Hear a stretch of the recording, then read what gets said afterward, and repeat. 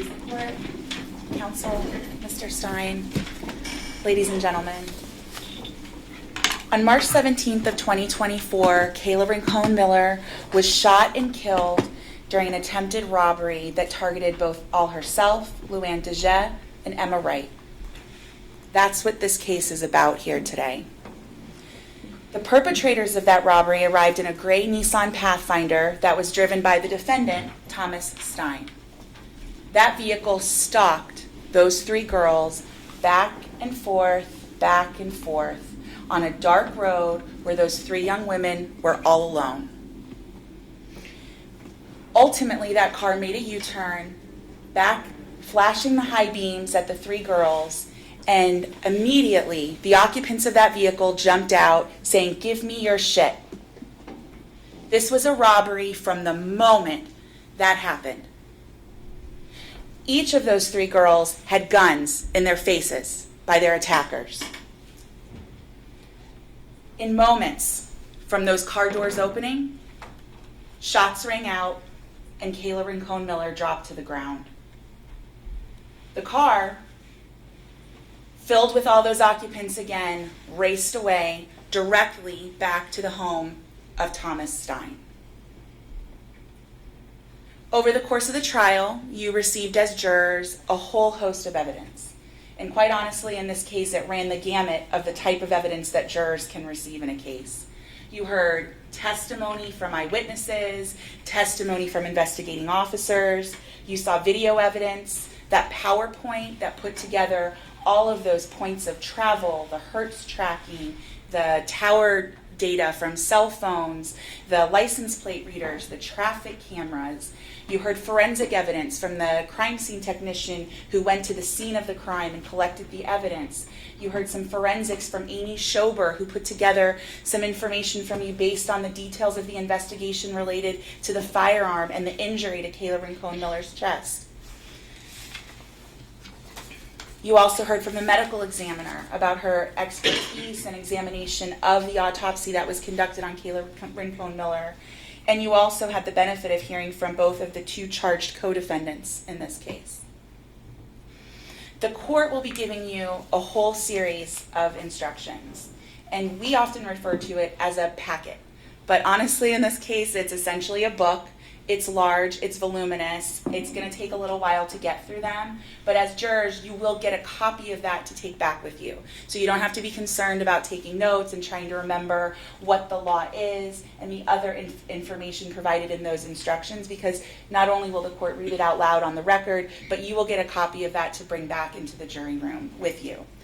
And as Judge Thompson indicated, the structure of these closing arguments is that the state gets the opportunity to address you first, the defense gets the opportunity to put on a closing argument, and then because the state bears the burden of proof in a criminal case, we get the opportunity to address you again through rebuttal.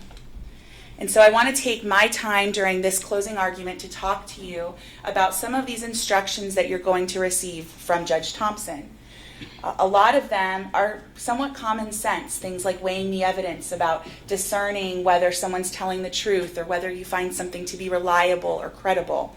And then the other instructions that you get relate directly to the laws and only the laws that apply to this case. So I want to go through that briefly here with you. I'm going to put the first one up here on the screen, and one of these instructions is called weighing the evidence.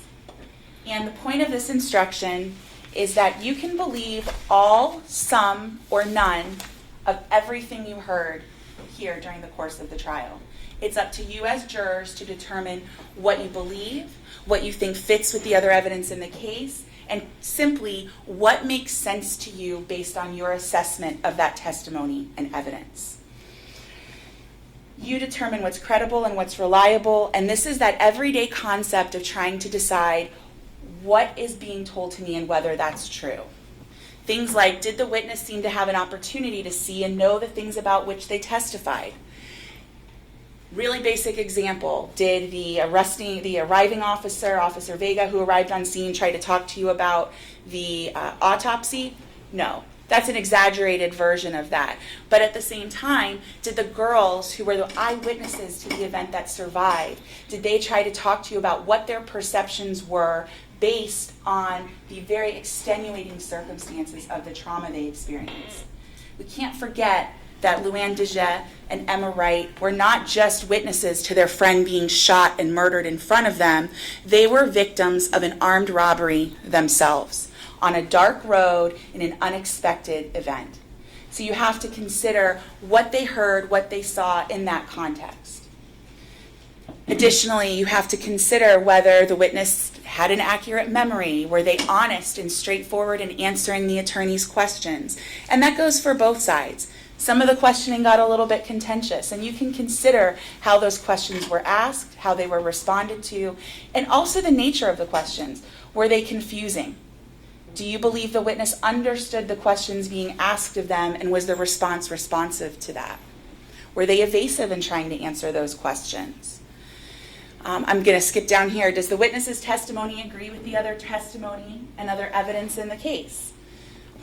We had the benefit of having this whole stream of data that includes that track with the GPS on the Hertz car, the cell phone tower data that tracks right along, and those license plate readers. That's the kind of thing that is consistent with the testimony that you heard from the witnesses in the car, Thomas Stein and Christopher Horne, about the path they took and what they did. I'm going to bring this up here. Has the witness been threatened or pressured to give testimony? Have they been offered a benefit? You can consider that.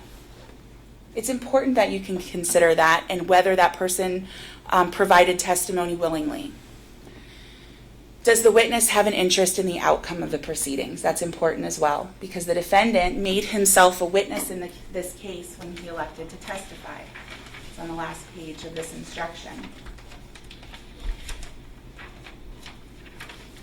You can consider all of the things that you would consider about any other witness and their testimony and reliability and credibility the same way that you consider the defendant's testimony.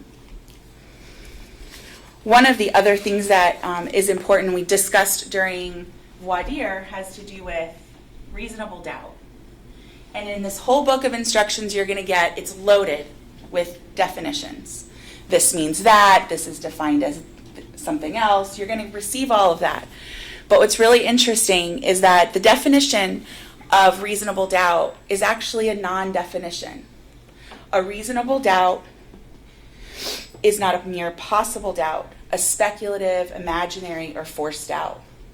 What you're going to learn from these instructions and how you are to consider the evidence is that we can tell you what a reasonable doubt is not. If you're having to force yourself to imagine that this was not a robbery, you have to force yourself to believe this was just a couple of kids, they didn't know what they were out doing, that is not a reasonable doubt if you're having to force yourself to do that. If you believe Thomas Stein was trying to be a hero that night, but you're having to force yourself to come to that conclusion just because he said it on the stand, and you're having to say to yourself, well, he said it, but it doesn't really make sense or jibe with the rest of the evidence I heard, that doesn't form a basis for reasonable doubt. Because the concern is whether there's an abiding conviction of guilt. If you as jurors believe that this was a robbery from the start, you don't have to force yourself to imagine that it was something other than a robbery from the start. And you shouldn't be influenced by forcing yourself or imagining or speculating about what could have been or maybe it was this way. If you believe this was a robbery from the start, it was a robbery from the start, and you don't have to force yourself to imagine alternate outcomes or scenarios. All of the instructions you're going to hear are going to include a reference to what's called principles, and this was discussed again in voir dire. This is that idea of in for a penny and in for a pound. We talked about this in voir dire under the concept of the house party. There's not a criminal activity going on, but these two individuals threw a house party, the person who holds the door and the person who invites everyone over and gets the beer. Those people are equally involved in that because they both participated. And the actual instruction reads that if the defendant helped another person or persons commit or attempt to commit a crime, the defendant is a principal and must be treated as if he had done all the things the other person or persons did. In for a penny, in for a pound. In Florida, we do not let defendants hide behind the actions of other co-defendants. If this individual was involved in a robbery, everyone involved in that robbery is equally responsible for that crime. Say it again, in for a penny and in for a pound. This is important in this case because what we know is that Thomas Stein was the driver the entire night. Thomas Stein armed himself and he armed Christopher Horne. The two guns they carried that night came from Thomas Stein himself. And that was by Thomas Stein's own admission that he had given that gun that had been Darrell Ford's gun to Christopher Horne. That 1911 we see flashing around in that rap video just not even an hour before the robbery with the red laser light. That's that 1911 that Christopher Horne was handling. But Thomas Stein provided that. That wasn't brought to the event by Christopher Horne. Thomas Stein armed Christopher Horne. And he didn't arm him in anticipation of going car hopping. You heard what car hopping was, jiggling door handles to see what we can find inside. There's something missing from that concept, and it's the need to use force with a firearm. You can use your common sense about why a firearm was needed that night. Gun was needed that night because the plan from the jump was that this was a night of robbery. The plan was never just to stick to car hopping. You can consider the testimony that you heard from Thomas Stein. He was okay with car hopping. And then the plan backed down because he just didn't know what was going to go on. These other individuals got in the car. I don't know what we were doing. I just was driving. Interestingly, he drove directly to a second movie theater. Keep that in mind. They'd been at a movie theater and driven through the parking lot at Merchants Crossing Theater, the AMC in North Fort Myers, himself and Christopher Horne earlier that night. They wrangle, they decide what they're going to do, and where do they go? Directly to Cape Coral, directly to the Marquee Cinemas, and drove through that parking lot. You can review that GPS data, but you heard Destiny Robidoux talk about the timing of that. The vehicle didn't stop in the parking lot. There was no one jumping out and jiggling door handles to see if they could find someone left their car open and left some weed or some money in the car. They were stalking a target for their robbery.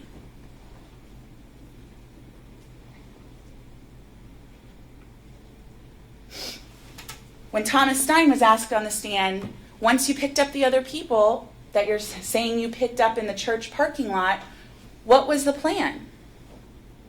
Speechless. He had no answer because the answer is they were going to rob someone. He couldn't come up with something from the stand to tell you about what the plan was that night that wasn't incriminating as it relates to this felony murder charge. This principal instruction is going to come up over and over and over again during the instructions because this concept of in for a penny, in for a pound applies to all of the criminal behavior. I'm focusing on this robbery because that's the main charge that we're here for, but you are going to hear it on every single charge that you're going to be instructed on. And you can consider that in your deliberations. Count 1 of our indictment charges first-degree felony murder. To convict the defendant for first-degree murder, and I'm going to emphasize this, I've highlighted it here, it is not necessary for the state to prove that the defendant had a premeditated design or intent to kill. They didn't have to go out that night and plan they were going to kill someone to take their property. The point of felony murder is that they planned to do a crime that is so inherently dangerous that any death that results from that crime is first-degree felony murder. That's the point of this law, and you went through that during jury selection. This is that arson example. Some crimes are so inherently dangerous that it's reasonable to expect that your actions will result in a death. Arming your friend to go out to commit a robbery is what the defendant did. That action is inherently dangerous. And that's why he's guilty of this felony murder at a minimum. That's the very least of the evidence that implies that the defendant is guilty. The elements that you see here are the elements that the state is required to prove. First, Kayla Rincon-Miller is dead. It's not at issue. That young woman was a 15-year-old girl. You saw the autopsy photos of her laying out after being deceased. You heard from the medical examiner. An autopsy was conducted. You saw a copy of the death certificate. That's in evidence if you'd like to look at that. She died due to a gunshot wound. She is deceased. Element number 1 is not at issue here. Element number 2 calls that while engaged in the attempt to commit a robbery, Thomas Stein, and I've circled it here, or Thomas Stein's accomplice caused the death of Kayla Christine Rincon-Miller. What that means, you can lift some of the burden of this case off of your shoulders, because for this charge, you are not required to know or decide or determine who pulled the trigger. The only question, which is very, very, very narrow, is whether these individuals were engaged in a robbery at the time Kayla died. A lot of this case could get blown up as being a much bigger, grander issue. But element number 2 makes clear that this is a very, very narrow issue. Were these individuals engaged in a robbery or an attempt to commit a robbery at the time Kayla Rincon-Miller was killed? It doesn't have to be Thomas who shot her. It doesn't matter. The question is, as a group, were they participating in an inherently dangerous criminal act, and as a result, Kayla Rincon-Miller was killed? The answer is definitively yes. But let's talk about what that robbery means. You get a whole instruction about what robbery is and what attempted robbery is.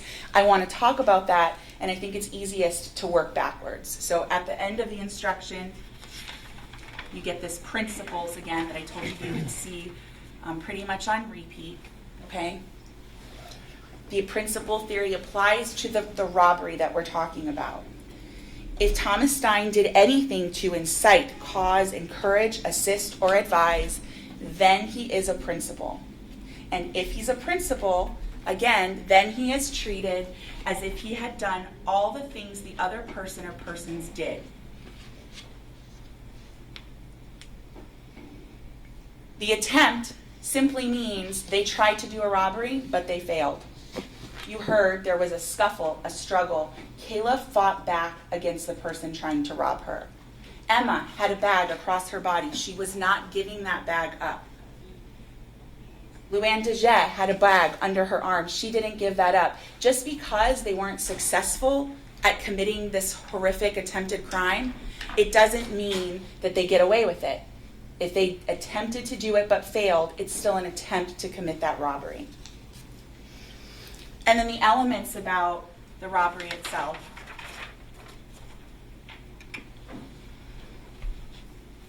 And here, it's important to remember that principle, because where you're seeing Thomas Stein, it's Thomas Stein or one of the perpetrators together, if they're acting in concert with one another to effect this robbery, did take or try to take the purse from Kayla Rincon-Miller. That force, violence, assault, or putting in fear was used in the course of the taking.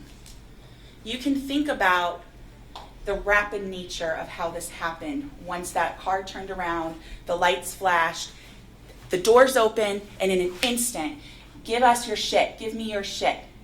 It was a robbery. Those girls, despite thinking at the moment this might be a prank, it's because it was terrifying.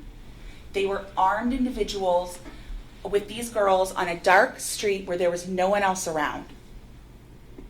The fear that was used, that's the point of bringing a gun to a robbery.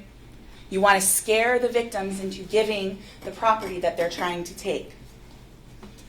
And the point is that the girls did have items of value. They may not have had a ton of money with them.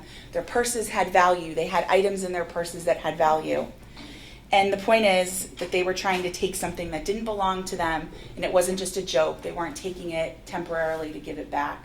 You can infer that from the testimony that you heard. And again, that rapid nature of how this took place. This robbery was the plan from the beginning. Thomas and Christopher Horne's plan, and also if you believe the testimony from Thomas Stein about picking up those other two individuals in the church parking lot, it was their plan as well. And we know that both because of how Thomas behaved in operating that vehicle. Think about what I talked to you about in opening statements. They're driving through that movie theater parking lot. It's a well-lit area. The bank, vehicles there at the ATM, well-lit area with cameras. What did they do? They identified what they thought was a soft target. 3 girls walking down the road alone. Stopped behind them to check it out. Turned around and came back to get a better view. Committed to the plan by making that U-turn and passing them again before turning around to blind them with their lights. That's not a couple of boys out trying to holler at some girls. Those are criminals looking to rob an easy target and scoping out the best way to do it. We also know this was the plan from the beginning because, again, they went armed. I'm not going to keep harping on that. It's like you don't bring a gun to a fist fight. You don't bring a gun to jiggle door handles to try and find small amounts of weed and pocket change in a center console of a vehicle. And again, what you heard from Emma Wright and Luann DeJay about what happened when those doors opened, it was immediate. Everyone was out. The boys were at them in moments demanding their belongings. This idea and this charge of felony murder means that you do not have to decide who pulled the trigger. But if it was one of the people who's working in concert with Thomas Stein, then he's guilty of felony murder. They don't have to have known each other before they did this. If the plan was to do a robbery together, they're each responsible for the action that resulted, which was Kayla Rincon-Miller's death. This is only the case of State versus Thomas Stein. We're not here in case the State versus Christopher Horne or the State versus any of the other perpetrators. Your job here is only in regard to Thomas Stein.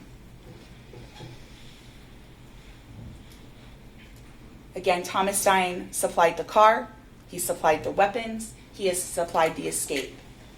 And what did he do after the murder? He burned his clothes, he got rid of the gun. That's not the activity of someone who merely wanted to intervene to help a girl who was being robbed. That's what he asked you to believe when he testified on Friday. He got out of the car bewildered. What's going on? The shooting happened, and then he said, oh no, that's too much for me. Let's get back in the car and go home. Those two stories don't line up.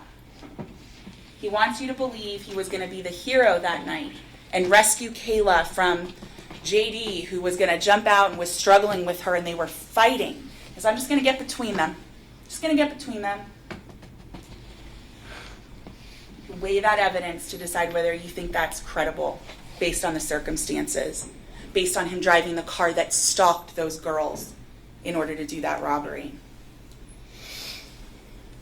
It's easy, again, to get distracted because this is a highly emotional case. There's a lot of moving parts, there's a lot of pieces, but it's that very limited issue. This was a robbery, and Kayla Rincon-Miller died as a result.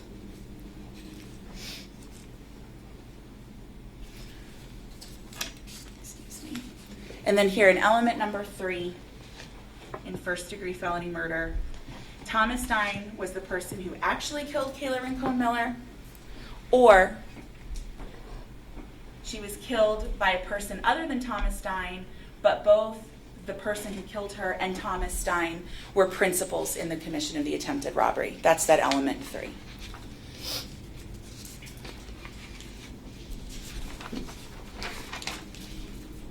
The instructions about murder can be confusing and they can be overwhelming. You're going to receive other ones that are also very verbose about excusable homicide, inexcusable homicide. What this boils down to is what's contained in the first part of this felony murder instruction. You don't have to be distracted by those. You have to listen because it's important. The Florida law requires that you listen to those instructions and consider them. But when you try and process what you've heard, it boils down to this. That's why we're here today.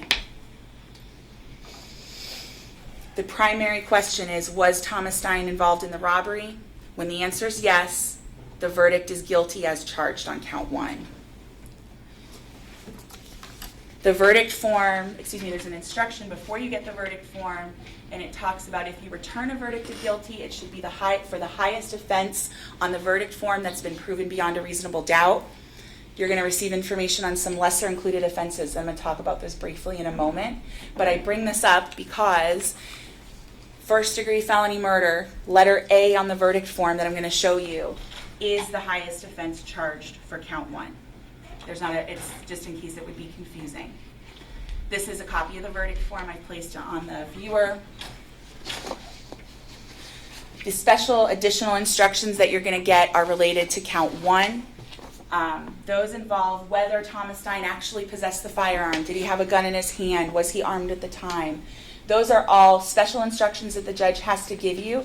Those questions are answered on special findings forms after the verdict form. And it can be kind of confusing, but the judge is going to give you the full instructions. So if you find the defendant guilty of first-degree felony murder, you have to answer each of these questions.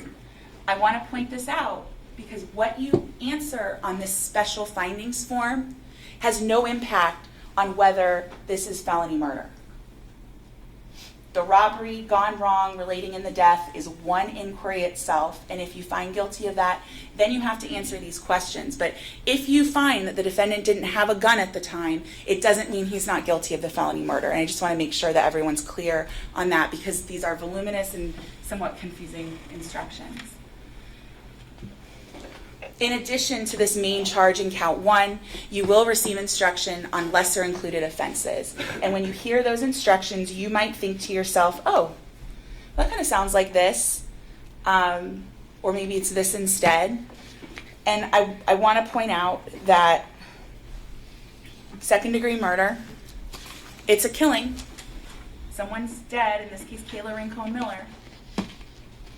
But what's missing from the second-degree murder instruction is that it was committed in the course of this inherently dangerous crime.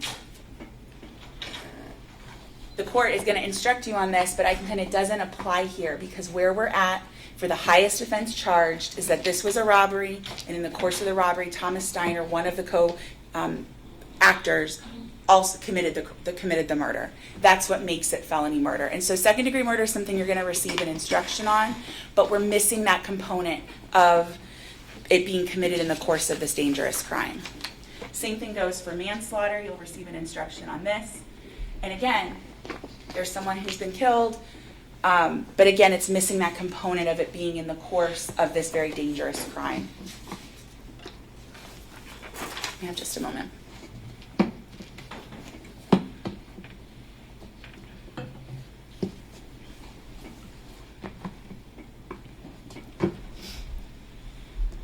I want to emphasize when you're thinking about second-degree murder and manslaughter that this was a robbery from the start.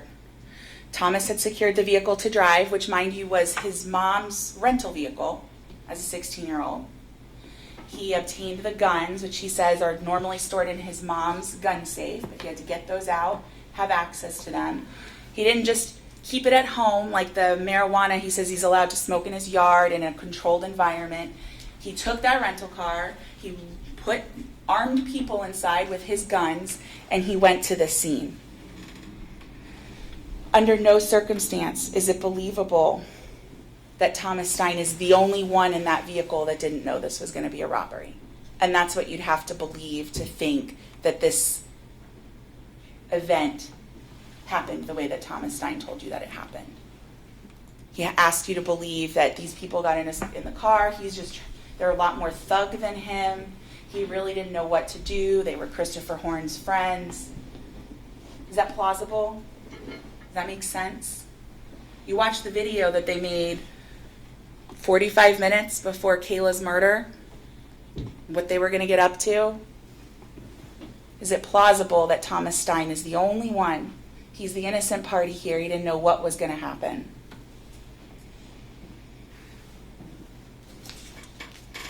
Going back to those considerations about those special findings forms, I want to talk to you about how the principal theory that we've gone over and over doesn't apply to those. The special findings about whether Thomas Stein possessed a firearm, whether he discharged a firearm, those are specific to Thomas Stein, so I don't want you to be confused.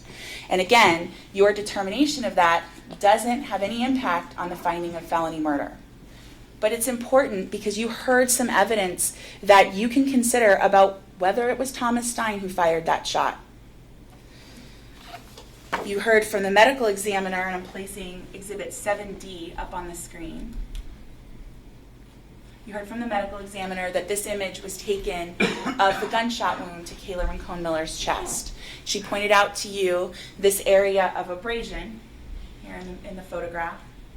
And she told you that as far as her experience in doing hundreds of autopsies, that that's not from a medical intervention that she's familiar with. How did that get there? And that question was set out to be answered by the investigators in this case. And they did a lot of legwork to try and figure that out. There was a video that you saw of Thomas Stein holding a Glock 27 weapon. That's Exhibit 23.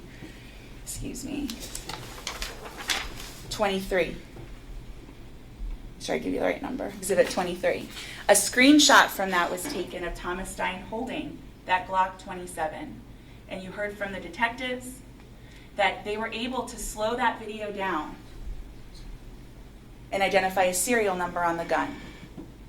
And they worked to identify that serial number and learned that Thomas Stein's mother had purchased a Glock 27. You also heard that during the execution of the search warrant, that Glock 27 was not at his house. The detectives asked Amy Schober to try and run with this, to try and figure out if that Glock 27 could potentially be involved. She didn't offer you an opinion. This is up for you to determine how this evidence fits within the case. But she told you that she checked out or viewed a gun at a local gun dealer. This is State's Exhibit 26. It's really hard to see a little bit there, but these images can go back with you into the jury room. And she noted something about that firearm. And it was these unique markings, at least in this gun, this Glock 27, at both the back of the gun as well as where the muzzle is. So that's used to help when they're going to wrap the slide of the gun. And she set out to at least present this evidence so that the jurors could see it here today. And she made this overlay that showed the front portion of that muzzle with those markings and whether they coincided with those marks on Kayla Rincon-Miller's chest. When you consider this evidence, along with the testimony of Dr. Noelia Hernandez, that this weapon was fired so close to Kayla Rincon-Miller, she said 2 to 3 centimeters. These markings are something for you to consider about where they came from.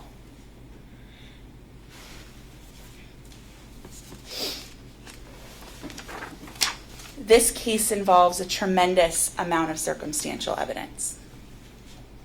It doesn't mean that it's not good evidence, because these pieces line up together for you all to make your decision. The remaining 3 counts in the instructions that you're going to get all are the same. It's just one separate for each of the victims, and that's the robbery. Or, excuse me, I misspoke. This is the attempted robbery. I have included count 2, but count 3, 4, and 5 are all the same. It's just that the victim is different. One for Kayla Rincon-Miller, one for Emma Wright, and one for Luann DeJet. And we've gone through what a robbery is when we're talking about felony murder, because that's the underlying offense that brought us here today on the felony murder charge. The principal instruction applies to all of these the same way it applies as we've already discussed. All of the evidence you've heard has to be considered by you in determining what occurred on that day. But you don't have to determine everything that occurred on that day. You have to determine whether Thomas Stein was a participant in the robbery, an attempted robbery, on March 17th of 2024. It's a very narrow question when you boil down all the evidence and what the law is that applies. The defendant's actions after the murder are really pertinent to your understanding of what his role was. I want to talk about that because both he and Christopher Horne burned their clothes. Both he and Christopher Horne got rid of their guns. Thomas Stein asked you to believe that he merely wanted to intervene between Kayla and the shooter. Why would he feel the need to burn his clothes? Does that make sense to you? Or does it tell you something else about what his role was that night? Thomas Stein told you a lot about that night. On Friday, he told all of us he knew who the shooter was. JD, some other guy, Trey, also got in the car. You can consider how his testimony carefully zigged and zagged within the testimony of the girls that you heard from at the beginning of the trial, as well as all the other evidence that had already been admitted by the time he testified. You can consider that. He sat before you and tried to paint himself as an attempted hero that night. He tried to paint himself as the victim, as the patsy for this entire event. He told you he was willing to stop a fight, but once that shot was fired, that was it, and he took off running. This would-be hero burned clothes. His mom exchanged the rental car. Exchanged, not turned in. She turned in that car and got in a different one the same day, the day after the murder, the morning after the murder. And then he sat here on Friday and told us all the name of the shooter, or at least the initials. He didn't help Kayla that night. He didn't try. He was not on the hero's team that night. He is not the victim here today. There are 3 victims in this case: Luann DeJet, Emma Wright, and Kayla Rincon-Miller. The state asks that you find the defendant guilty as charged of felony murder, of attempted robbery of Kayla Rincon-Miller, of attempted robbery of Emma Wright, and of attempted robbery of Luann DeJet.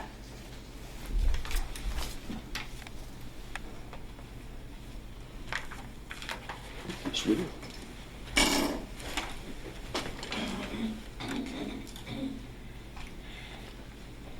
morning, everyone.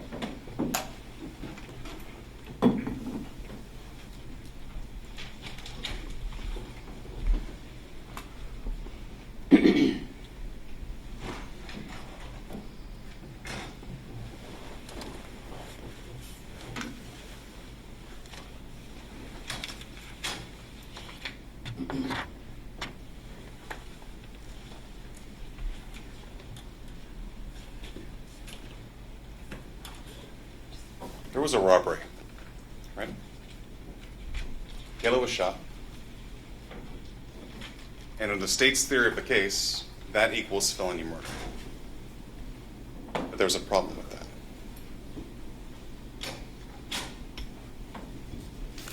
So if there wasn't, why would I be here? Why would I be standing before you right now? The problem is that the law says the state must prove that Thomas Stein intended for this to occur. Yes, the statement of the law. Ooh.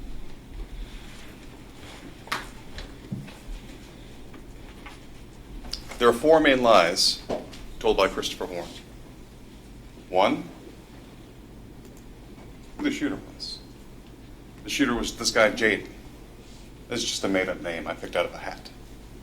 The shooter is Thomas Stein, right? In order to save his bacon, that's what he's saying. Another lie. What'd I do with a gun? I emptied it over here. No, I put it in the canal. Even in jail, he's telling everyone, no, I got rid of it in the canal. The police searched that canal. There's nothing there. What'd I do with my phone? Oh, I chucked it over the side railing of the bridge. It's sitting in the Caloosahatchee River. Well, guess what? The police looked for that gun, for that phone, and it's not there. And the biggest lie he's told is that there's only 2 people involved that night. Right? You know, and the state keeps making the situation even weirder. It's just a couple of kids out, committing robberies. Or on the other hand, there might have been 2 other people involved if you look at the evidence.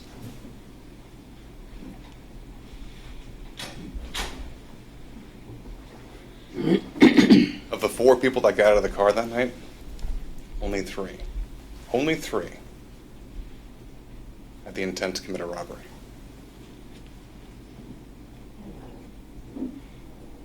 Two people were arrested for that crime, but there's still 2 more people out there. And I'm guessing Miss Miller at the end of this, right, she gets to give a rebuttal, is going to say something along the lines of, it doesn't matter if you believe there's 2 or 4, as long as Thomas Stein and Christopher Horne are involved. It's felony murder. And we're going to talk about why that matters.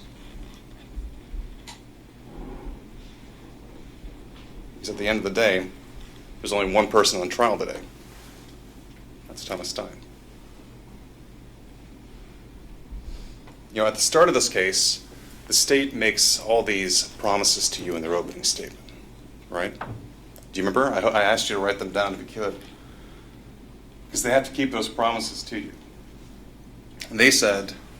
Objection. The statement of the law. Overruled. They said that they knew exactly who the shooter was and they could be identified.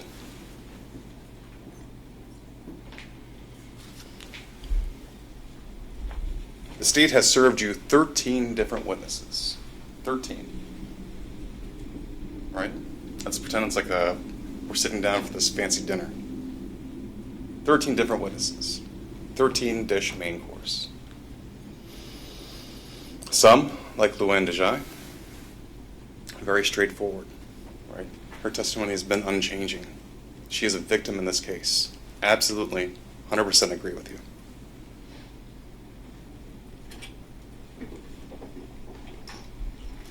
It's important to remember that sympathy is human, right? To have sympathy for someone, it's human. The empathy that we feel is normal, but we can't let it dictate what the verdict in this case is going to be. You guys in particular were selected, right, during that jury selection process for a very particular reason. Common sense. We thought you had the best common sense. We thought you could read people the best, right? Because we've established this is not a truth-telling box. But you're only going to have, from the time it takes to walk from those doors to this stand, to size them up. That's all you got. Lastly, you were chosen because you have the intestinal fortitude, right? To stick to your guns, to deliberate this out. That if there's something wrong with this dish the state is serving you, you're going to send it back to the kitchen. The verdict in this case must be unanimous. That means you all must agree. Everyone here.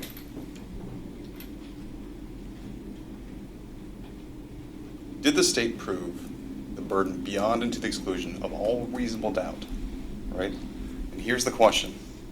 That Thomas Stein knew about the plan to rob Kayla, to rob Luann, to rob Emma, that he intended for it to take place and took part in the robbery. It's quite the opposite.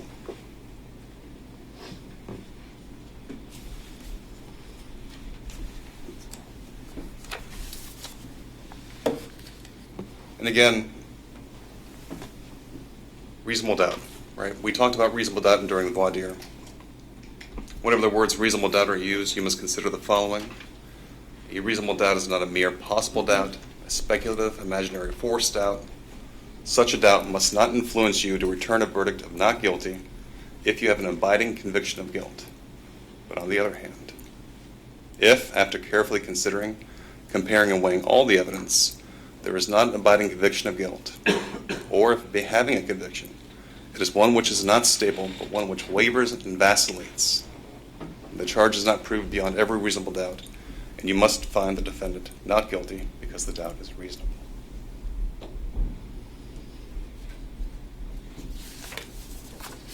You know, the state's talked about this principles theory, and I'd like to go over that jury instruction also. There's two things the state has to prove to you, right?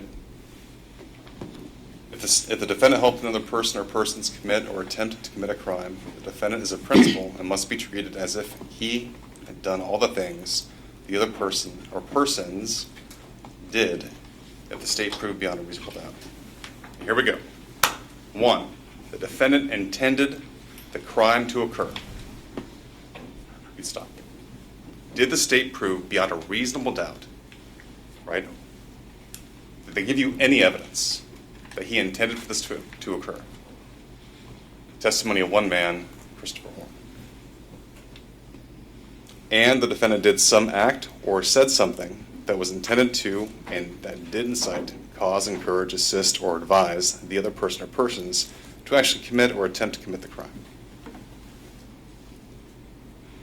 But there's a bottom portion of that instruction, and it reads like this.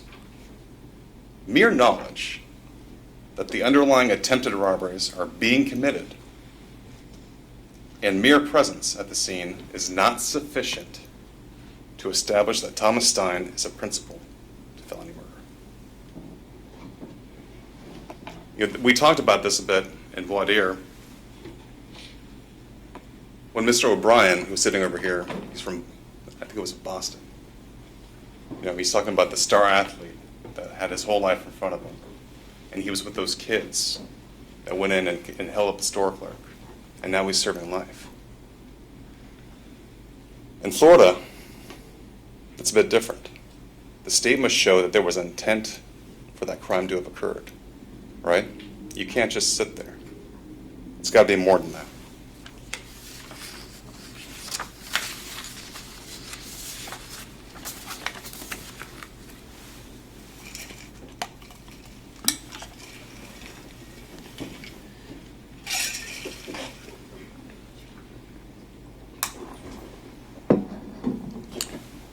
You know, there's going to be a whole litany of charges that are read because the state says, well, if we can't get them on the felony murder count, maybe they'll come to an agreement as to second-degree murder.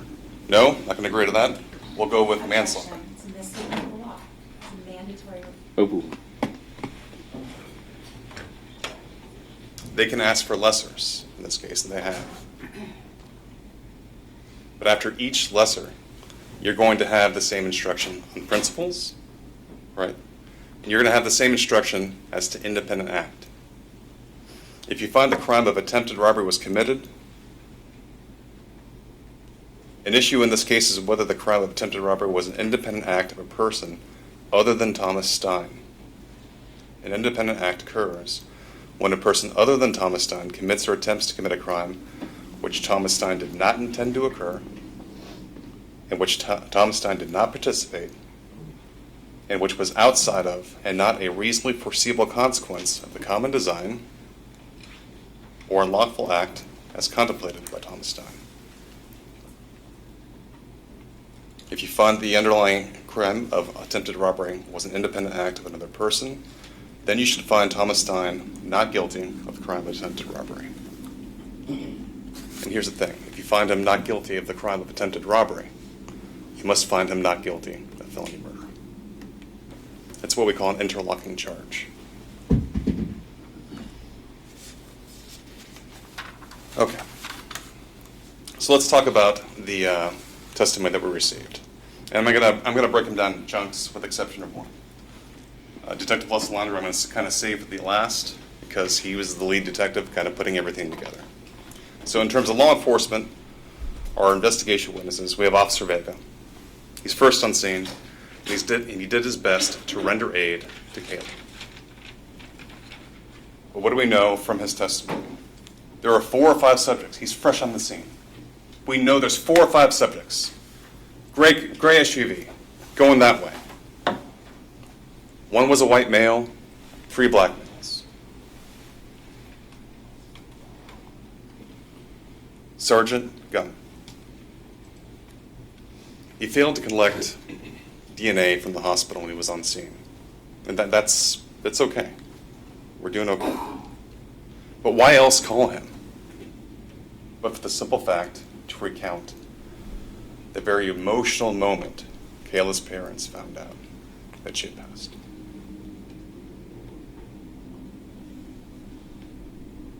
As heartbreaking as this account was, once again, we can't let sympathy guide us on our verdict. Next, we heard from Lansky, who is a retired CSI specialist. Of all the things that was found on the scene, of all the things that she didn't swap, thank God there was one thing she did, and that was the purse strap that was being held by Kayla Rincon-Miller. The purse strap that was being struggled over by her and her assailant. We know that Christopher Horne was excluded as a contributor. We know that there was a partial DNA profile developed, male contributor. But we also know that that male contributor is not Thomas Stein. So we know that there's at least 3 people, right? And if you believe the witness accounts, there's definitely 4. We heard from Officer Alan Precy. He got the license plate reader, kind of gave you the big break on the case, tracking the SUV. We heard from Destiny Robidoux, which is so close to Robidoux. Destiny Robidoux says that she was able to plot the map points, right, of the GPS from Hertz. We were able to plot the cell phone tower records from both Thomas Stein and Christopher Horne and his mom and Jaden Fernandez.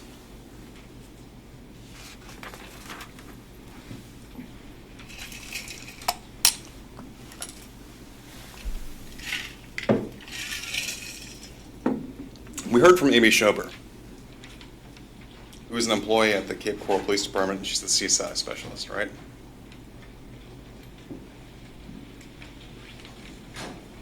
And I kind of fit this into the category of junk science. Am I crazy, or did she really say she photoshopped some evidence to see if it matched?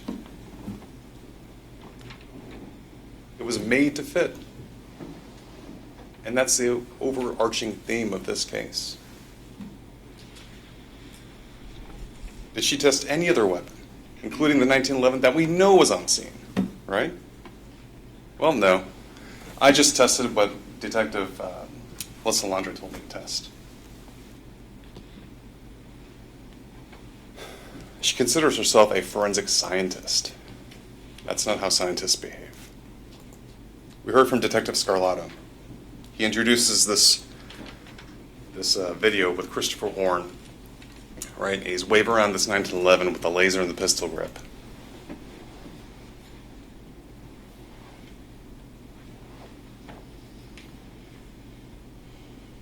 Terrible music, right?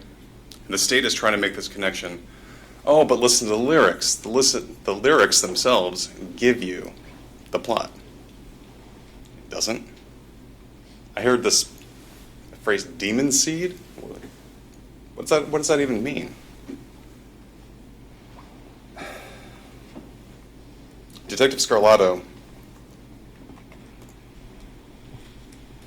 he corrects Emma Wright's testimony, who said, I know that the shooter was not the driver. And we know the driver was this guy. We know that there's more than 2 people, according to his testimony. And that the shooter, in fact, was an all black and a red hoodie. We heard from Detective Noelle Hernandez that we don't know what the caliber of the murder weapon was. Glock 27 is a .40 caliber weapon. 1911 is a .45. But we don't know what it is. It was a through and through, right? So that means at least the majority of the bullet, we would think, passed through her remains. But we don't know if there were fragments that were still there. She didn't know if fragments were still there. She couldn't tell us. She wasn't the ME who did the original examination.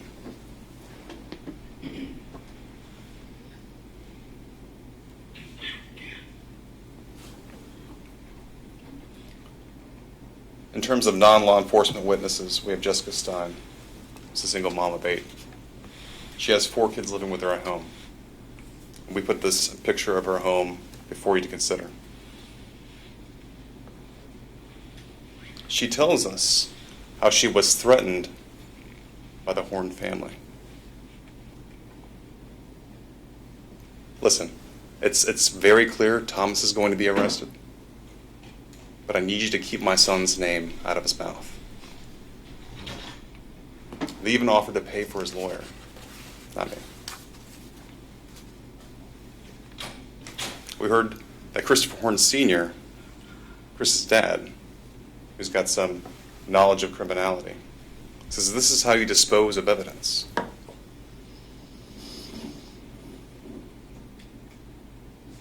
We heard from Jaden Fernandez, and now we're getting closer to the event. He's known Thomas for 2 years. They met at school. Just some neighborhood kids doing neighborhood things. And I don't know if you saw Thomas watch his friend testify against him, but he couldn't help but feel sad that before this event, I could be going off to college. I could be playing ball. Objection, improper argument. Sustained.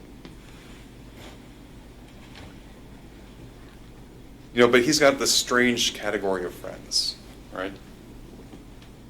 We have Jaden Fernandez, who just spent the day with him and his family going to the beach. Very wholesome. You know, very teenage boy. Going up to girls, chatting them up.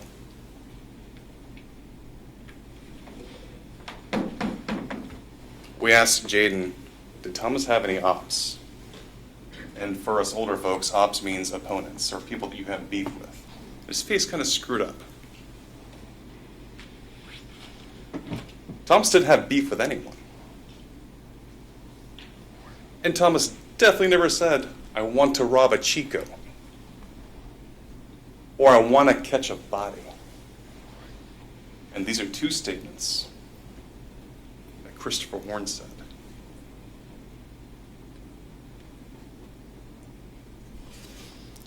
You know, Detective LaSalandra, he told us how the car stopped. And we know from the GPS records from Ms. Rabadou that was for 7 minutes. The car stopped in a church parking lot, like they were meeting someone that's in there.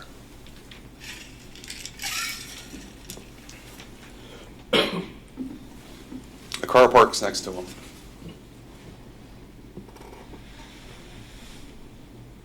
We know this because the pastor was kind of seeing what was going on over there, right? We didn't hear from the pastor, though. Objection, overt violation. Sustained. I'd ask to strike the comment by counsel. I'm sorry? I'd ask that the jurors disregard the remark by counsel. I sustain the objection. Move on. Detective LaSalandra confirms there are more than 2 people, right, that he's investigating. He confirms that the DNA found in the purse strap excludes Thomas Stein. He confirms that the investigation is still open. He says that based upon his investigation, there were 4 people, 2 guns. Not even the state's main investigator believes Christopher Horne Jr.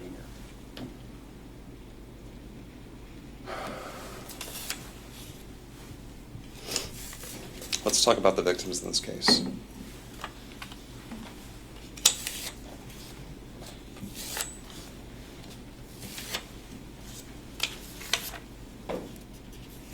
The victims are consistent with one thing.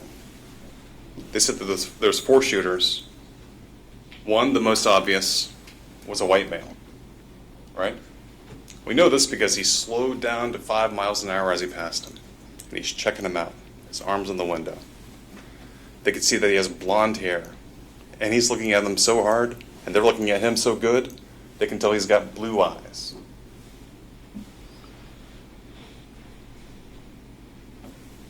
Another male that they saw was a black male in a red shirt, with loud writing across the front. He's in shorts, and he's got a mask on. A third male, heavy-set, black male, red hoodie, blue pants, who we can only assume is Christopher Horne Jr., wearing a mask. Finally, we have a black male with short twists, the t-shirt covering his face, and all black. We can only assume that this person is JD.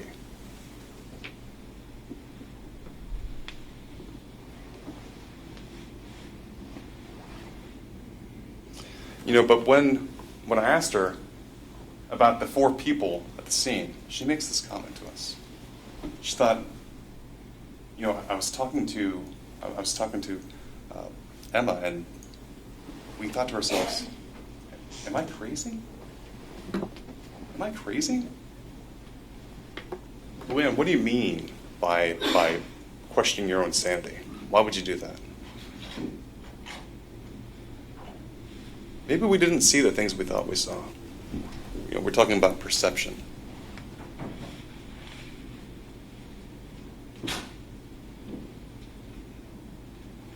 Who told you there's only 2 people?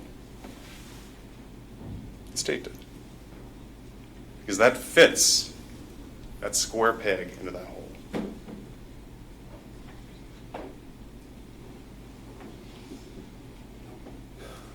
But she said, I need to tell the testimony that I saw. I'm going to tell the truth. And she did. Let's talk about Val. Am I right? Still 4 people, right? Still the same descriptions. Her testimony last week was inconsistent with every single time she had given testimony previously. Every single time that she talked to the officer on the scene. She talked to detectives later on. She talked to me in a deposition a year and a half later.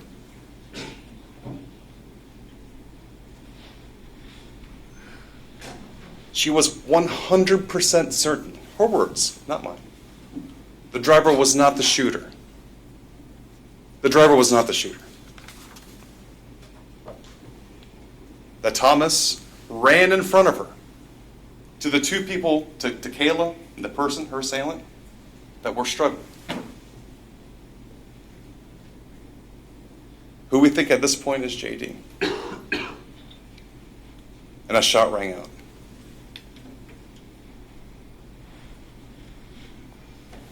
Why would she change her testimony? She said she didn't talk to anyone about her testimony prior to taking the stand. Right? And then I sat down. Then Miss Wolf gets up. Oh, Miss Wright, come on, you remember.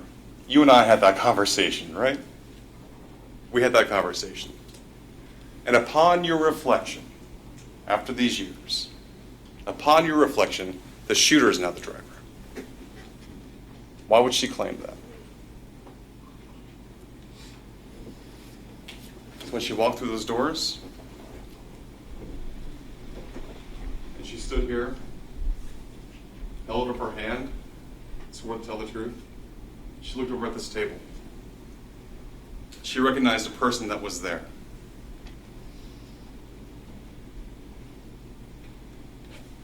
She lost her friend, and she wants justice, and I don't blame her for that.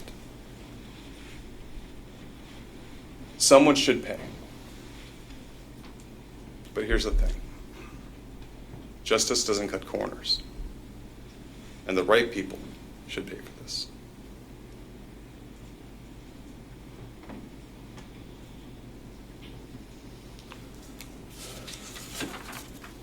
And even though we don't have a burden to do so, the defense put on a case.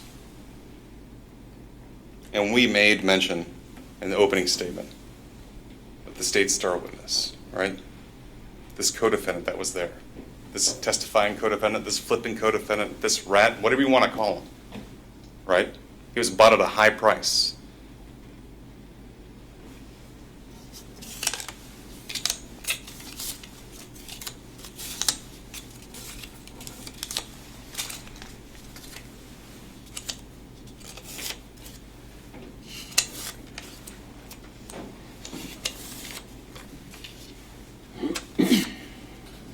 They bought this testimony at a high price. They cut him a deal of a lifetime.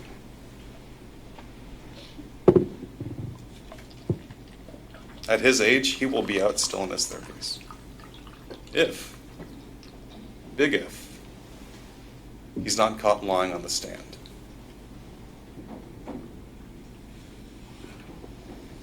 The state star witness wasn't called by the state in their case in chief. Why? He's got too many lies. He can't keep it all straight. His account's all over the place. Once again, there aren't 4 people getting out of the car. There's just 2. There's just 2. Jaden's the shooter. No, Thomas is the shooter. Where's my gun? Where's my phone? Sends police onto this wild goose chase. He gives one proffer, right, to the state after his arrest. They're like, you're lying. Try again. He does. He does give him a second proffer.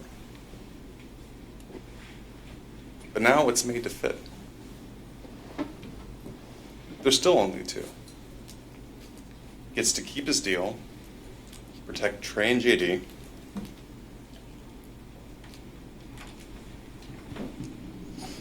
but if Sarah, right, because that's how they know each other, you're Chris and you know me as Sarah, right? If Sarah catches him in a lie, the deal is done. It's gone. He's got life. No takebacks. So worst case scenario, this guy can't hold it together on the stand, and we catch him in a lie, he goes away for life. But it gives us a chance to take a bite at Thomas Stein.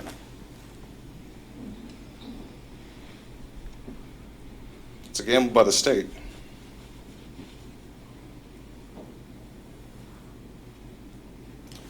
But I put him on the stand. Because I could have just sat down and said nothing. You would have heard from neither of the defendants.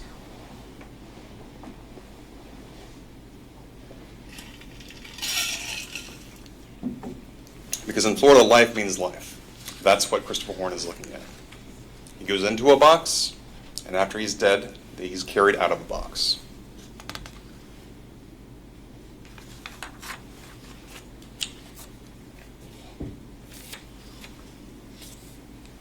Do you remember his testimony, how random it was? Yeah, we saw a guy. We saw a dude over by the ATM. You were watching the ATM? Yeah. It was a guy in a yellow Mustang. I don't know what you're talking about. Well, how'd you see the ATM? I thought you were watching it. He's all over the place.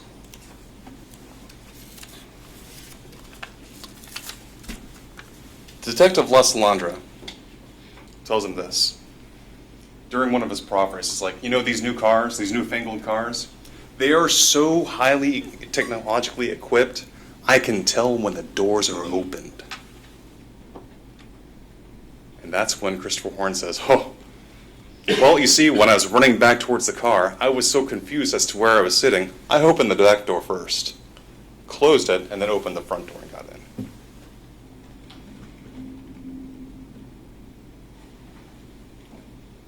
That's not a thing. Law enforcement are allowed to lie to people when they're talking to them about their statements. But this kid took it hook, line, and sinker.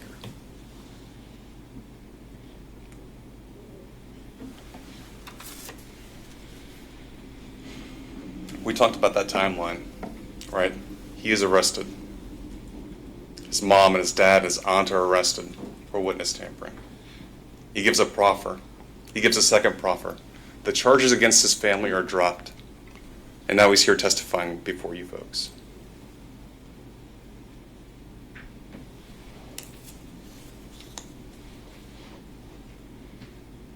You refer to Thomas Stein as sweet. I'm like, can you tell me what that means? He's like, you know what it means. Did he send you candy? No.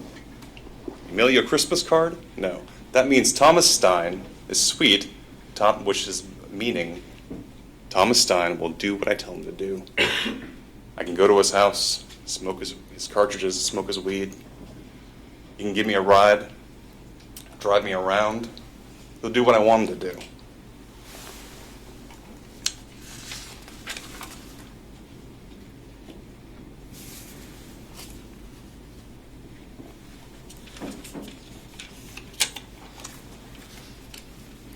Within reason. Right? Let's go try doors. Let's go see if some doors are open, some cars. We'll see if we can steal some change, see if we can find something of value. That's the plan.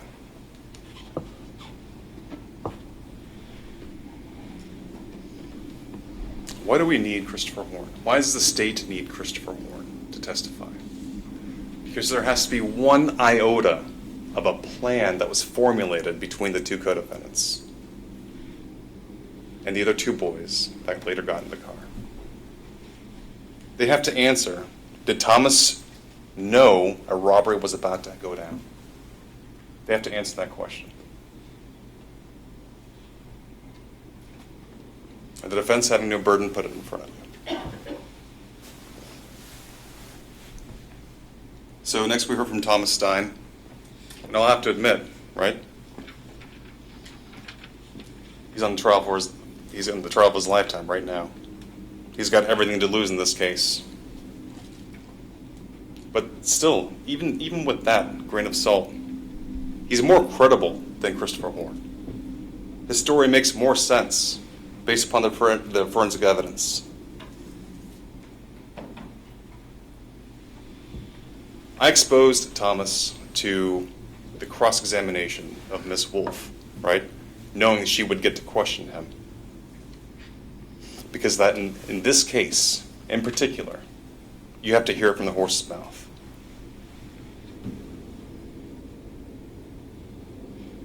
And the advice was, you have to be truthful about everything. The ugly truth, yeah, he sells weed through telegraph. He even charges his friends, right? Because he buys the weed, he sells it for the same price, right? And he gets to keep a piece for himself.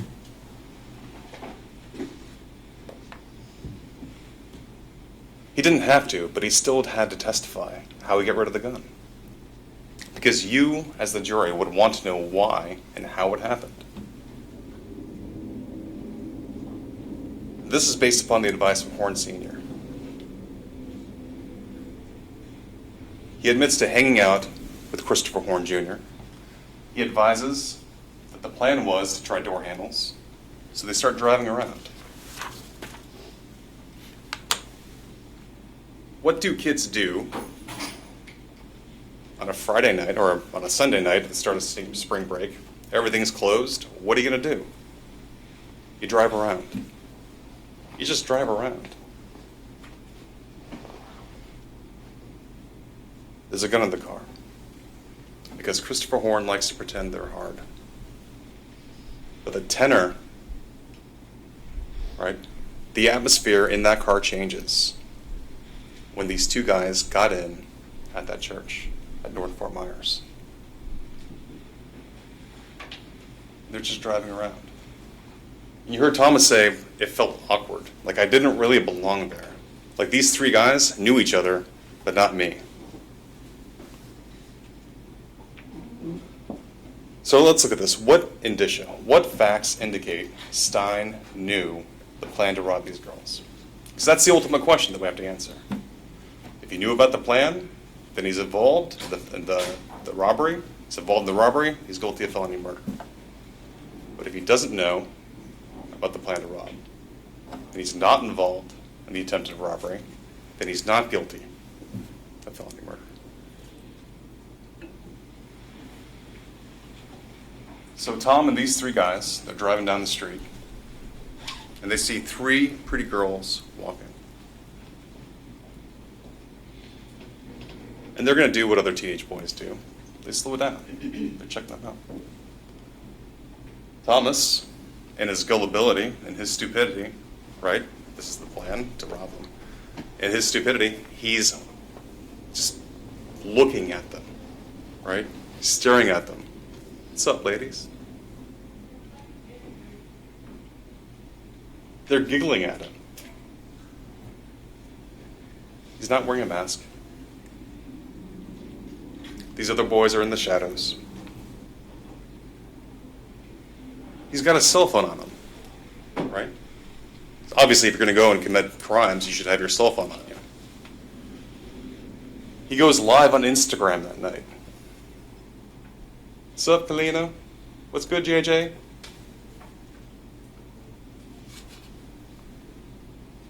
He hears JD say, hey, I think I know one of them. Turn around. So he turns around. He flashes his lights at him. Hey, over here. I want to talk to you. Stops the car in front of him. And the doors burst open. He opens his door too. Like, what's going on? People are pulling down ski masks, running up with guns, and he's standing there. What's happening right now? He sees the struggle between Kayla and her assailant, JD. He's not claiming to be a hero, but he just wants to separate them because there's a struggle going on.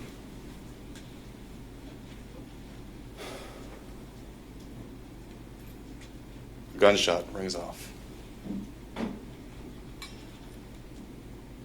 This is consistent with the true testimony of Emma Wright, who testified that she saw Thomas run from the driver's side in front of her, in front of the vehicle, to Kayla and her assailant.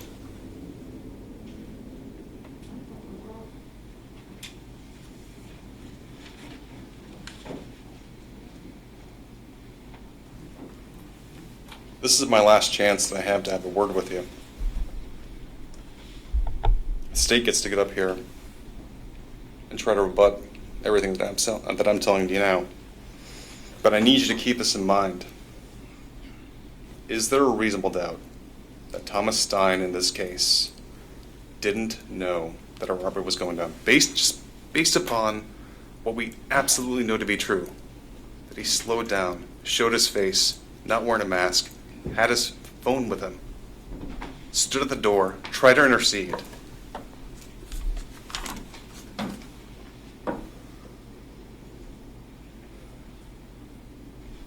Is this the case where Thomas Stein was actually involved in the planning of this robbery, which resulted in a murder? Or is this like Mr. O'Brien's case, where star athlete was just the wrong place with the wrong people? The judge will tell you that mere presence is not enough.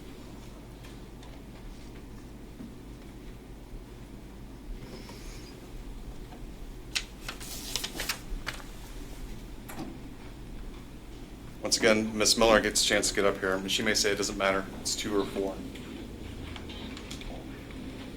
But it does matter. Because he was definitely there, and he was definitely driving. There was definitely a robbery.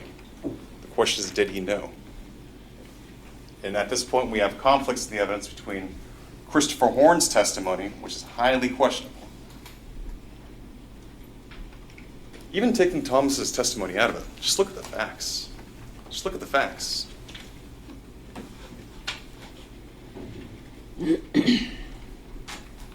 Once again, justice demands that you find a just verdict in this case that's held in place by the evidence and the law that supports it.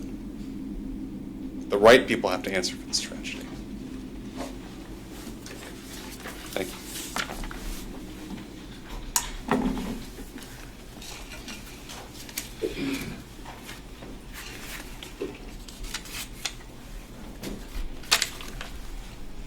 All right. Is everybody in the jury doing okay? Okay. Let's move.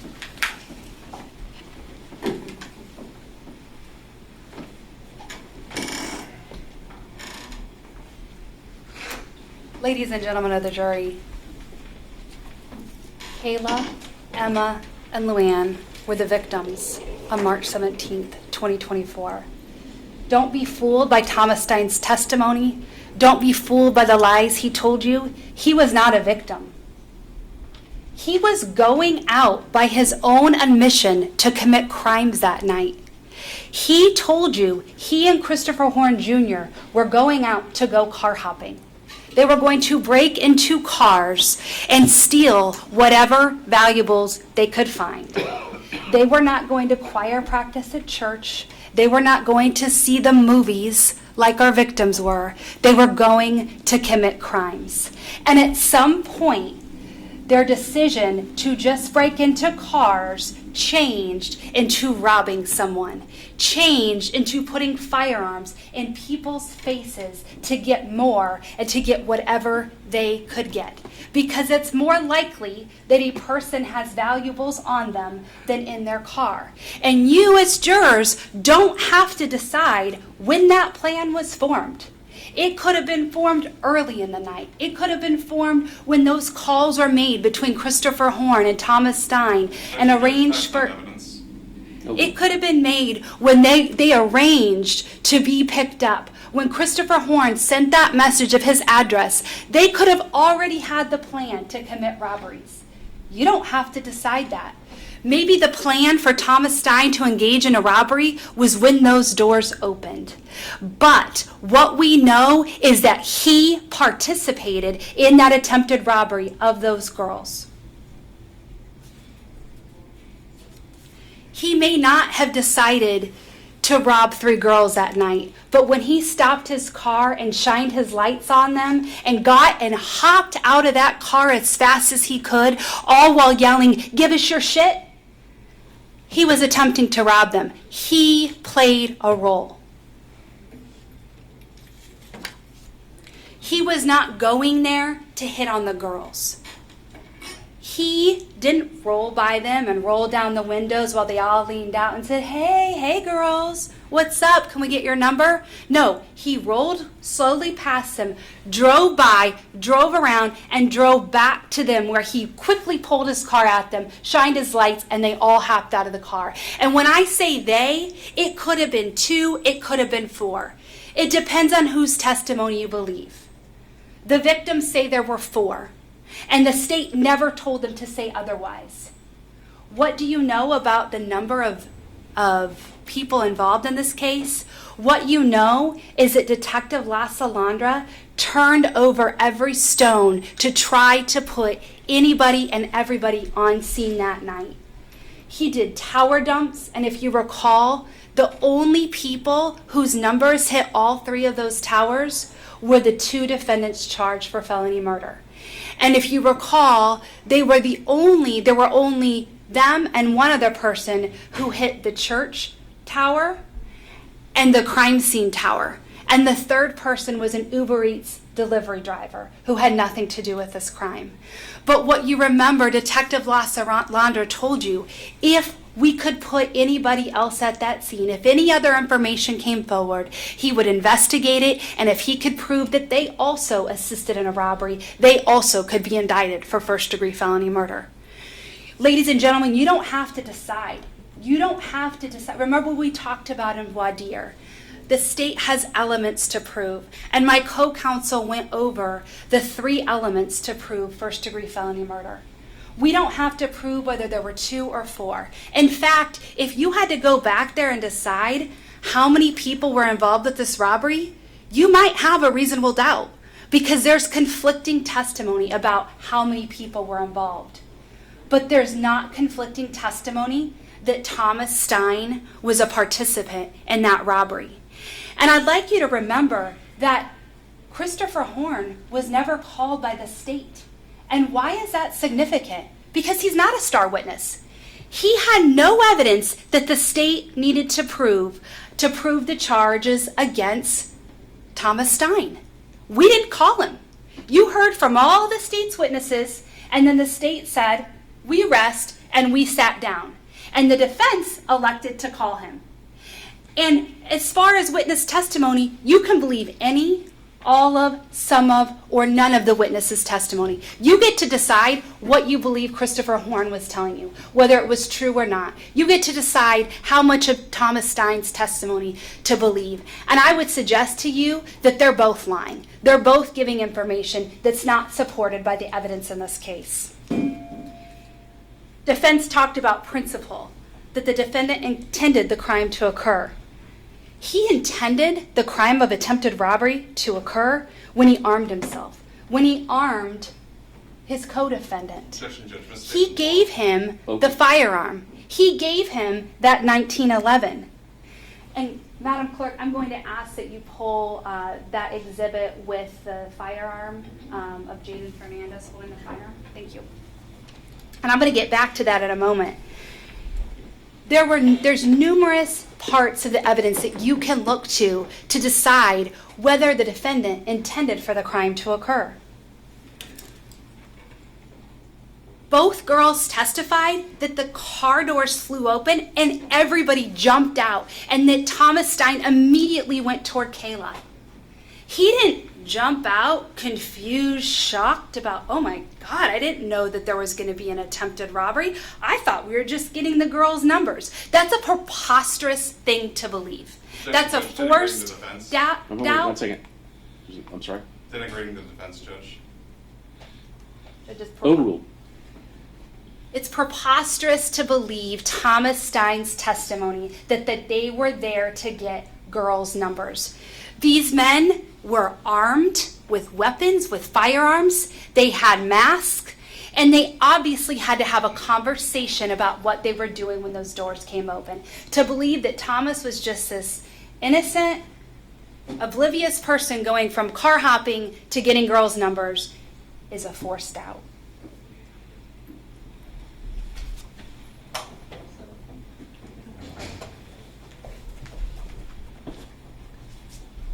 Defense made a deal about the testimony from Amy Schober, and she talked about the firearms and the Glock 27, and I would argue that's a very, very significant piece of evidence.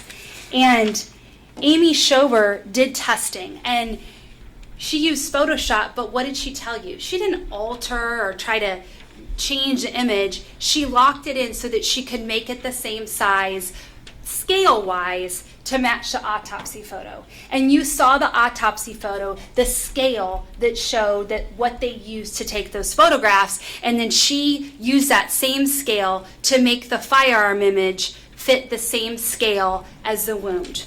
Now, defense said, well, didn't do a very good job. She didn't look at the 1911. Well, you can look at the 1911, and you can see there's no lines on that firearm. There's no markings on the slide of that firearm that could be tested or compared with the wound. And not only that, you heard from both victims that the person with the red hooded sweatshirt and the white lettering that we know now to be Christopher Horne Jr., he didn't fire that gun. He had it pointed toward them and he never fired it. And then, by Christopher Horne's testimony, he also indicated to you that he didn't fire the gun. And then Thomas Stein also said that Christopher Horne didn't fire the gun. So that leaves the Glock 27. And that's why, because of the way the evidence stacked, where we have Thomas Stein in a video with the Glock 27 belonging to his mom, that firearm was used to do an overlay to see if that would be consistent with the injuries near the bullet wound. And what else do we know about that firearm? Because Stein told you two completely different stories. First he says, oh, I don't know where the Glock is when my co-counsel was asking him on cross-examination. I thought it was in my mom's safe. And then 2 minutes later when defense gets back up, he goes, oh yeah, I sold it. So you're telling me someone who didn't have any participation, who was the hero who tried to save Kayla's life that night, burns his clothes and gets rid of his mother's firearm by selling it within 48 hours. The reason that he and Christopher Horne got rid of the firearms after the murder is because they were used in the attempted robbery. They didn't get rid of them just for fun. They got rid of them because they're pieces of evidence in this case. And Jessica Stein told you, I have no idea where the gun went. It was no longer in my house. And you heard Amy Schober say, the gun wasn't found. And now, today, Thomas Stein says, oh, yeah, I sold it. I sold it on the same platform I used to sell all my drugs. Jaden's testimony, he talks about the statement that Christopher Horne made about robbing a Chico. Recall, the door was open when he sang this, and he sees this gun. Jaden sees this gun. This is Jaden, but he sees this same gun that Thomas Stein stores at his house because the owner of the gun is in custody, and the owner of the gun is on probation and can't have a gun, so Thomas Stein stores it for his friend. That gun was in Christopher Horne's hand when he's saying, let's go rob a Chico. And defense wants to suggest to you that Thomas Stein never heard that, had no idea, didn't know anything about what they were going to do, that they were going to do anything bad that night.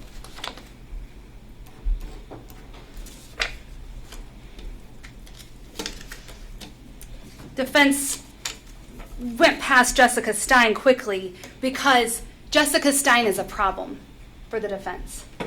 Jessica Stein testified that night she went into her room, so she didn't know what was going on. And she testified to you that prior to her going into her room, she saw Christopher Horne and she saw her son. Those are the only two people in her home that she saw. The only other person in this case that she saw that day was Jaden Fernandez when they went to the beach.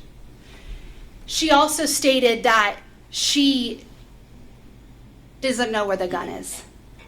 She also stated that what does she do with the car used in the murder?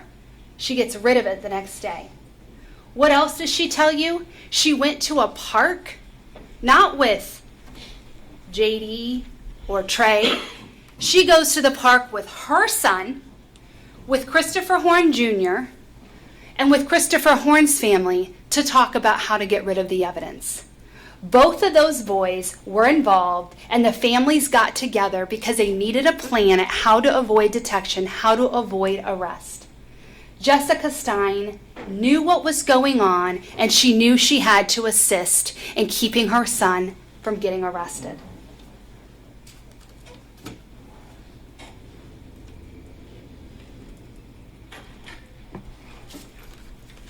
None of the elements that you'll see the state has to prove rely on Christopher Horne's testimony, which is why we didn't call him. We didn't need him as a witness in the case. Defense wants you to get sidetracked about the deal. And we know he wasn't a star witness. The state didn't call him. You have all the evidence you need to know that the defendant participated in a robbery. We also have Luann's testimony. And the defense mischaracterized her testimony that the state told her to say there's only two people. That never was a testimony. She was adamant from the beginning that there were four people. And it was frustrating because the detective was never able to put any other additional people on the scene. She came up and she told you the truth, and she told you what she remembers. The state doesn't have to prove how many people were there. I would suggest that the defense has tried to paint out Thomas Stein as a victim, that he's the one that's being used, that he has this nice house and nice family and everything he needs and everything's provided, and that Christopher Horne comes along and he's thuggish and his friends are thuggish, and because of that, they use Thomas Stein. And I would suggest, the evidence suggests otherwise. Thomas wasn't the victim of peer pressure. He's the drug dealer. He's the one with the guns. He's the one with the car. He's the one with the mom that permitted him to smoke weed and play with guns. He's the bad influence. The defendant wants to make you think that getting rid of the evidence was Horne's idea. They both both burned their clothes. They both got rid of the guns. And Stein couldn't keep his story straight about the guns from one moment to the next.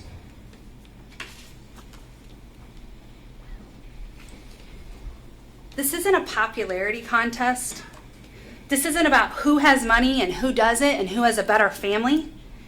This is about whether Thomas Stein, the only defendant sitting before you today, did some act or said something that was intended to and did incite, cause, encourage, assist, or advise the other persons or persons to actually commit, to attempt, or commit the crime.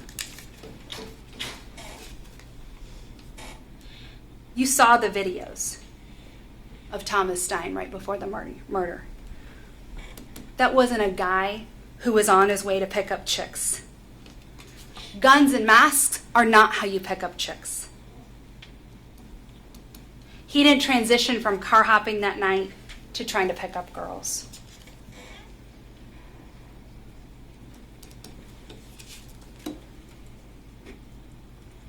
Even if you feel that Christopher Horne Jr. is worse or seems like more of a criminal, it doesn't matter. Even if you think Thomas Stein was a follower that night, it doesn't matter.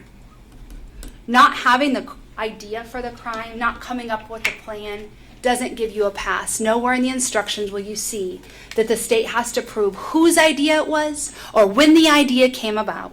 When he got out of that car, armed with the gun, and they were saying, "Give us your stuff, give us your shit," he was attempting to commit a robbery. You heard that it will be the judge's job to provide a sentence if the defendant is found guilty in this case. And if at any point you're in the back of those deliberation rooms and you feel sorry for the defendant or are concerned what might happen to him, you have already done your job. You have already found that he is guilty. Your job is to decide whether the state proved the charges beyond and to the exclusion of every reasonable doubt, and it's the judge's job to impose the sentence. The only people providing assistance that night were the people you saw here in court. Luann sat trying to stop the blood from Kayla, trying to stop her from bleeding out on the scene. She provided assistance. You heard from Emma. She provided assistance when she called 911. And you heard from Officers Vega. He and Houlihan were there first on scene and provided assistance to Kayla. And you heard from the officer, the lieutenant that went to Gulf Coast Hospital. And there were at least 20 people surrounding her, fighting for Kayla's life. Those were the people on March 17th that provided assistance to Kayla. Thomas Stein was not trying to provide assistance and break something up. He fled the scene as soon as she was shot, never to look back and only to work on getting rid of the evidence to make sure that he wasn't caught for the actions that he and the people that he was with did that night. Thomas Stein is not a victim in this case. Christopher Horne is not a victim. The victims are Emma Wright, Luann Deja, and Kayla Rincon-Miller. And we would ask that you find Thomas Stein guilty for his participation in the attempted robbery of the girls that night. And as a result of his behavior, as a result of committing a dangerous crime of robbery, he's guilty for everything that happened, whether you believe he pulled that trigger or not. And so I'd ask that you hold Thomas Stein accountable for attempting to rob those girls. And in the course of that, the death of Kayla for first-degree felony murder and the attempted robberies of Kayla, Emma, and Luann. Thank you.